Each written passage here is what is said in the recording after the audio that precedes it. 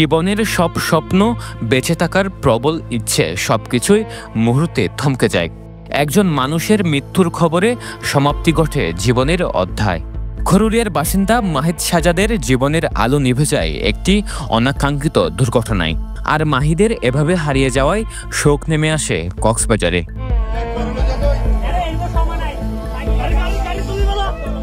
শুক্রবার জুমার নামাজের আগে বাকখালী নদীতে বন্ধুদের সাথে গোসলে নামে খরুলিয়া ঘাটপাড়া এলাকার বাসিন্দা হারুনের ছেলে মাহিদ সাজাদ।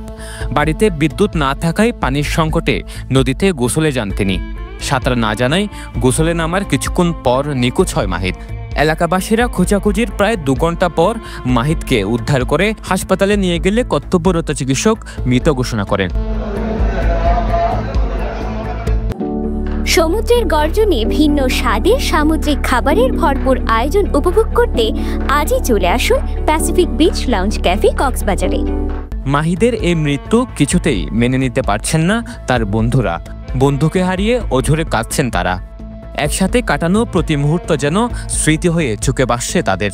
আজকে যেহেতু কারেন্ট ছিল না, ফ্রেন্ডদেরকেও বলতেছি আজকে সবাই গিয়ে নদীতে গোসল করবো। পুরো সবাই গিয়ে নদীতে গিয়া করতে গেল, গোসল করতে গেল। তো ওখানে একটা সাঁকু আছে আমাদের এই বাকখালী নদীতে, আপাতত নাই দিয়ে পারাপার করে না, সাঁকু দিয়ে পারাপার করে।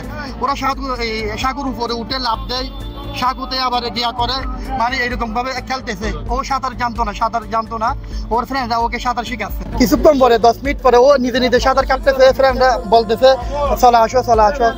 এরপরে গিয়ে দেখি ও আবার যেটা নৌকা পড়ার জন্য যেটা কি আছে আর কি, কিন্তু যেটা আছে ওইখানে ও দৌড়ছিল, হঠাৎ করে ওর হাতে ফসে গিয়ে ও মানে কি পানি চলন্ত অবস্থা, স্রোত অবস্থা থাকে, ও চলে গেছে। পানির স্রোতে ভেসে যায় মাহিদ। আর এ ভেসে যাওয়ায় একটি পরিবারের সব স্বপ্নই ভেসে যায়। মা বাবার ইচ্ছে ছিল ছেলে বড় হয়ে মানুষের মতো মানুষ হবেন, হাল ধরবেন পরিবারের। এত সব স্বপ্ন যেন মাহিদের সাথে নদীর স্রোতেই হারিয়ে যায়। 2 দিন আগেও হাসিমুখে কথা বলা ছেলেটি আজ না ফেরার দেশে।